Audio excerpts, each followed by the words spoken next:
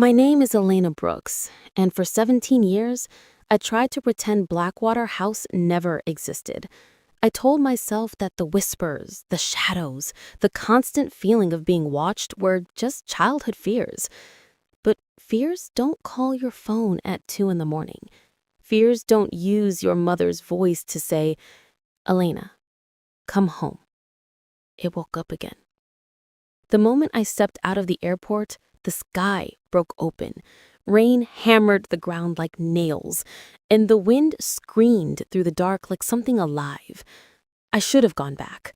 I should have turned around and disappeared. But some places don't let you walk away. They pull you back like a memory soaked in blood. When I reached Blackwater House, it felt smaller than I remembered, yet somehow heavier. The front door groaned open before I touched it, as if the house inhaled when I arrived. The smell of damp wood, old dust, and something metallic crept into my lungs. Everything inside was exactly where I had left it. The crooked picture frames, the peeling wallpaper, the floorboards that creaked like weak bones. And then I saw it. In the center of the living room, faintly glowing even after all these years, was the circle. The circle I drew when I was 7. The circle I couldn't remember drawing. The circle my mother once begged me never to step inside again. She met me with trembling hands and eyes that looked decades older than she truly was. Elena, it's been restless. It knows you're back. I didn't ask what it was. I knew. I always knew. That night, I didn't sleep. I lay awake listening to footsteps where no one walked, knocks on walls no one touched, and whispers rising from beneath the floorboards. At exactly 3:12 a.m., the bedroom doors swung open, slowly, deliberately. Cold air flooded the room, and I felt something shift behind me. I turned.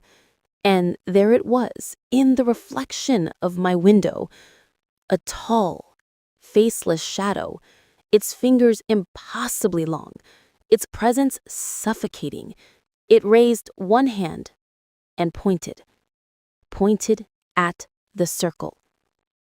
My skin went numb. My breath caught in my throat. I couldn't scream. I couldn't move. The next morning, desperate to avoid going near that circle, I went down to the basement. It was darker than I remembered and colder than the rain outside.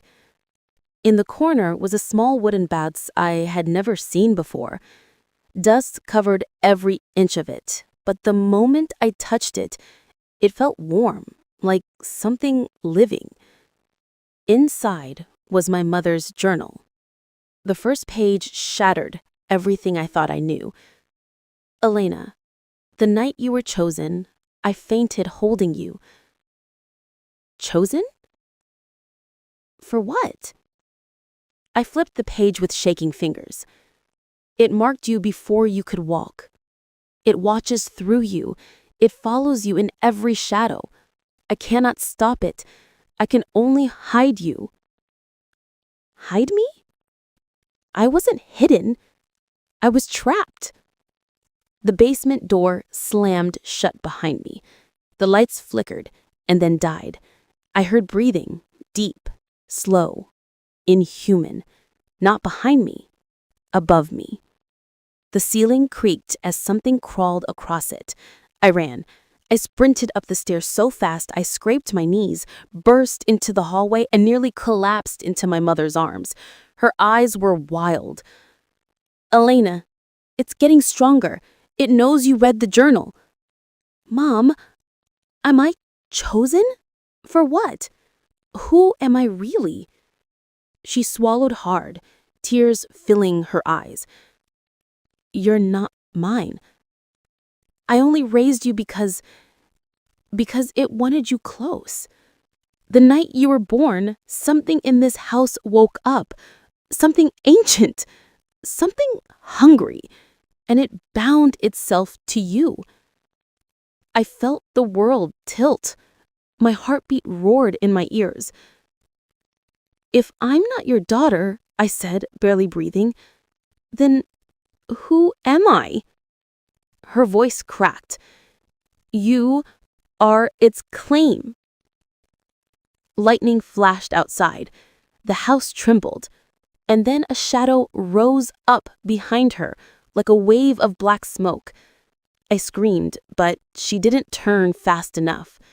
The shadow's hand wrapped around her throat. Not squeezing, just holding, as if it were claiming something already its own. Her breath rattled. Her eyes locked with mine. "Alina, run." I pulled her away, but it was too strong. The shadow towered over both of us, its form shifting, growing, bending unnaturally until its head brushed the ceiling. It leaned toward me, and though it had no face, I felt its gaze burning straight into my skull.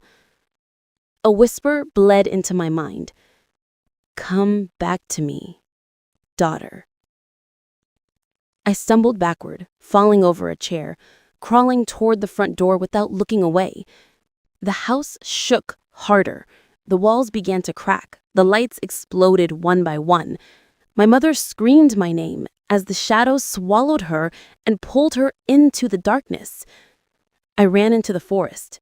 The rain felt like needles.